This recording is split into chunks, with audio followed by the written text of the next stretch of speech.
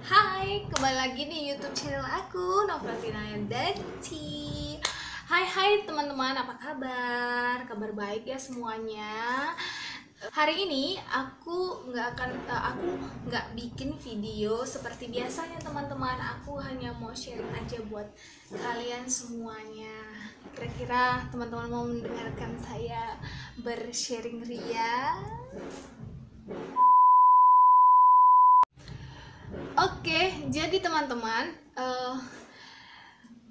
aku sudah vakum selama 7 bulan, tidak buat YouTube dan tidak memegang sama sekali per youtuberan punya aku gitu. Jadi kenapa aku sekian lama tidak nge-YouTube? Ya itu karena ada kondisi tertentu. Nah di sini aku akan ceritakan kenapa aku vakum selama 7 bulan. Tetap stay tune di ceritaku ini, jangan di skip, tonton sampai habis dan semoga bermanfaat. Langsung aja.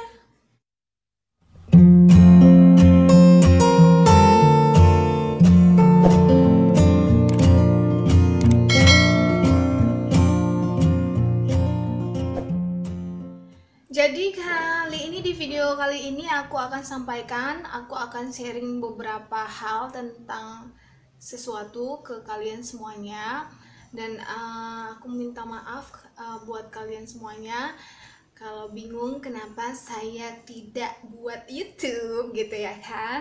Nah kali ini aku akan mencoba sebisaku membuat YouTube walaupun hanya sharing aja, nggak apa-apa ya teman-teman. Nanti kelanjutannya aku akan buat video-video lain dan teman-teman bisa komen di YouTube aku ini mau dibuatin apa biar kalian semuanya terhibur. Jadi kali ini teman-teman, di video kali ini aku mau nyampaikan kenapa aku vakum. Yang pertama, kenapa aku vakum selama 7 bulan? Yang pertama, kenapa aku vakum selama 7 bulan? Tidak membuat YouTube bukan karena aku malas, bukan ya teman-teman, tapi karena kondisi aku saat ini, aku sedang hamil. Yeay. Nah jadi aku saat ini sudah hamil 7 bulan. Doakan supaya persalinanku nanti tahun depan lancar-lancar ya. Jadi aku mau ngerekam ini dan juga sharing sama kalian semuanya, para moms yang sedang menanti buah hati. Asik. Oke, para moms di sana, langsung aja ya aku akan sharingkan bagaimana sih program hamil yang aku lakukan sehingga aku berhasil. Bukan karena usaha atau kekuatan sih, lebih dari itu, yaitu karena Tuhan izinkan aku memiliki anak. Jadi teman-teman, pernikahan aku udah 1 tahun dan kita berusaha untuk memiliki anak. Terakhir aku sebelum ini aku bekerja di salah satu perusahaan.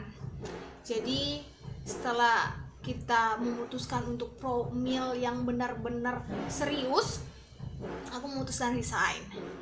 And then selama resign itu dan di rumah aja, kebetulan lagi pandemi juga, jadi kami dan suami bersepakat untuk mengubah segala yang gak sehat menjadi sehat. Jadi maksudnya pola makan, gaya hidup, dan semuanya itu teratur, tertata gitu. Jadi setiap hari itu makanan terus minum itu semuanya diatur, semuanya aku atur, baik suami dan aku juga gitu. Minumnya harus cukup setiap harinya dan juga harus ada buah, harus ada sayur. Dan selama program hamil ini sih kami jarang sih makan daging ya, nggak tahu sih, karena kami mikirnya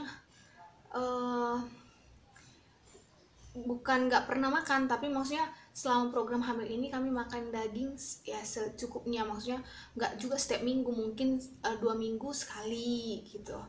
Jadi lebih kami perbanyak itu ikan, sayur, buah, dan air minum. Serta satu lagi teman-teman, kami olahraga, dan terutama aku banyakin olahraga. Jadi selama seminggu itu aku olahraganya 2 kali minimal, maksimal bisa sampai 3 kali kalau nggak malas, ya kan. Jadi kalau para moms di sana menanyakan berapa lama sih aku melakukan program hamil itu sampai aku diizinkan Tuhan untuk mendapatkan anak, yaitu aku dari bulan Februari, Maret, April, 4 bulan. Jadi 4 bulan kami melakukan hal sesuatu yang sehat, gaya hidup sehat, makan yang sehat gitu. Jadi kita usahakan kita nggak makan makanan dari luar, semuanya itu dimasak. Adapun kita makan cemilan, itu pun cemilannya dimasak di rumah, nggak yang kita beli dari luar gitu ya, supaya memperkecil hal-hal zat-zat yang kita nggak tahu di luar sana itu cara masaknya bagaimana. Terus itu kalau makanan-makanan yang di luar kan entah banyak MSG-nya atau mecinnya dan sebagainya. Jadi kita memilih untuk masak supaya lebih sehat gitu. Nah setelah itu dengan tadi beberapa cara yang kami lakukan, ya kan, hubungan intim di masa subur, terus itu gaya hidup dan makan makanan yang sehat, minum air secukupnya, dan olahraga yang teratur. 4 hal itu kami lakukan selama 4 bulan, dan hasilnya akhirnya saya hamil. Yeay! Jadi lanjut ya para moms, apa sih gejala atau tanda-tanda kehamilan yang aku alamin? Jadi yang pertama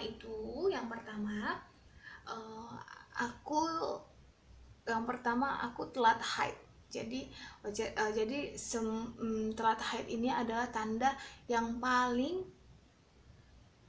nampak ya dari hal-hal yang lainnya itu paling jelas. Jadi kalau para moms yang sedang menunggu calon buah hatinya, nggak usah terlalu pusing memikirkan hal-hal kayaknya saya hamil, kayaknya aku hamil. Nggak usah pusing moms. Jadi lihat aja, pokoknya kalau udah telat haid ya udah telat haid, baru Anda tes pack, ya kan. Jangan Anda ya, tapi ada juga sih memang para moms yang belum telat haid tapi udah tes pack karena penasaran kan gitu. Apalagi orang yang sudah menanti lama gitu, ya kan. Yang kedua aku ingat banget, aku itu perutnya sering lapar. Oh my god, itu bener-bener laparnya itu kelewatan. Maksudnya kayak udah makan nih 1 jam yang lalu, ternyata kayak ngisep lagi, pengen makan lagi gitu. Itu yang kedua. Yang ketiga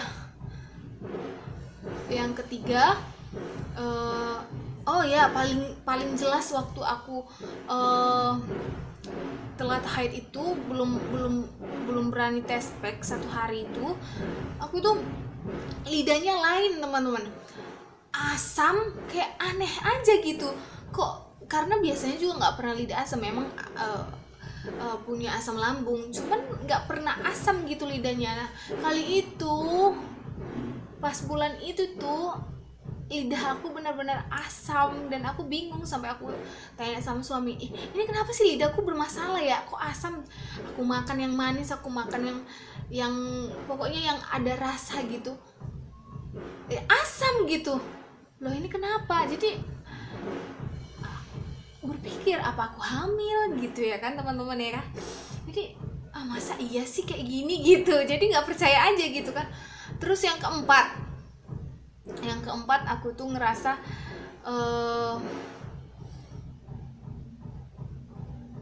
kemudian jadi agak-agak melo gitu. Jadi karena aku penasaran, nah aku tes pack lah akhirnya. Dan aku tahu pertama kali aku tes pack itu dia itu masih samar banget garisnya, sampai nggak percaya aja itu beneran hamil atau enggak gitu. Karena hari itu telatnya masih telat 3 hari atau 2 hari gitu aku tes pack. Jadi tapi pada saat aku tes pack dan garisnya ada 2 tapi samar yang 1, itu tuh aku yakin pasti aku hamil. Aku yakin gitu kan. Tapi suamiku nggak yakin karena masih 1 kali. Jadi aku coba lagi 2 kali, coba lagi sampai 3 kali. Ternyata garisnya sama.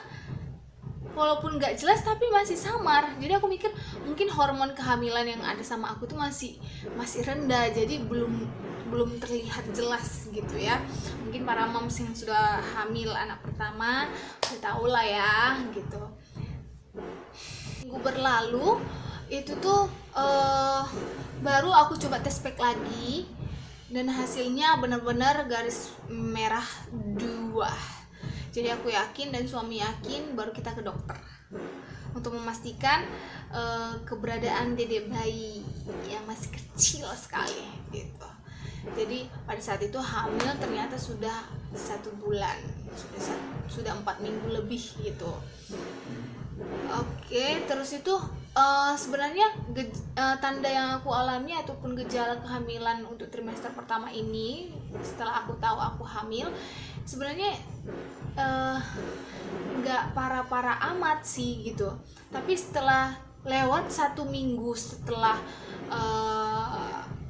telat haid dan sudah diperiksa ke dokter bahwasanya hamil, nah itu parah banget gitu. Telat udah lewat 1 minggu itu teman-teman, aku itu mual, muntah, nggak selera makan, pokoknya semuanya nyampur di situ, lemas, nggak mau ngapa-ngapain, bener-bener parah. Dan mencium bau juga, bau ikan, parah, nggak bisa. Jadi memang 3 bulan pertama itu memang aku sangat drop, sampai aku berat badanku dari 50 kilo sebelum hamil turun jadi 48 kilo. Jadi aku turun 2 kilo gara-gara makanku yang susah. Makan susah tapi harus dipaksa. Kalian bisa bayangkan kan? Makan susah tapi harus dipaksa demi dedek bayi. Tapi it's okay, nggak apa-apa, karena semuanya harus kita nikmati. Ya begitulah ibu hamil ternyata teman-teman. Jadi buat para calon-calon pengantin ya kan, yang mau memiliki anak, ya persiapkanlah diri supaya diri ini kuat, sehat, dan ketika tahu hamil anda sekalian kuat, karena setiap masing-masing ibu hamil itu berbeda-beda kondisinya, jadi nggak bisa kita samakan gitu. Aku mau tunjukin ke teman-teman sekalian waktu aku periksa di minggu yang ke-7, 7 minggu aku hamil, aku periksa ke dokter ya kan, karena kan minggu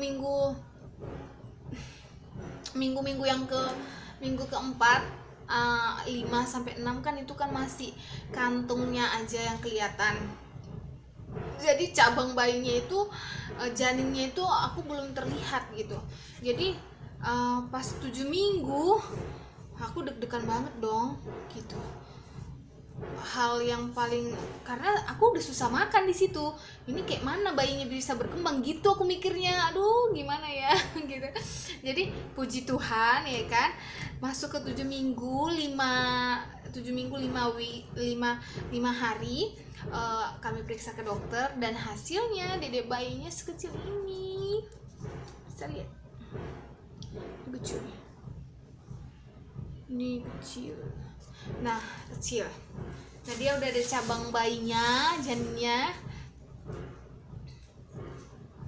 Terus itu di minggu minggu yang ke-7, terus minggu yang ke 12 minggu. 12 minggu. Ini yang 12 minggu. Ya kan, 3 bulan. 3 bulan ini dede bayinya. Kecil. Dan setiap perkembangannya, puji Tuhan, aku senang banget. Setiap pertumbuhan anak aku itu sehat-sehat, baik-baik, ya kan. Walaupun kadang-kadang mamanya lemes-lemes, ya kan. Itu adalah kehamilanku trimester 1, yaitu 1 bulan sampai 3 bulan pertama. Jangan lupa video ini di like dan di subscribe yang belum subscribe, supaya nggak ketinggalan video-video aku di selanjutnya. Jangan lupa ditekan tombol loncengnya. Oke Mams, kita akan lanjutkan di video selanjutnya, yaitu tanda-tanda yang aku alami di trimester kedua, yaitu 4 sampai 7 bulan. Oke, terima kasih telah menonton. Dadah, bye-bye.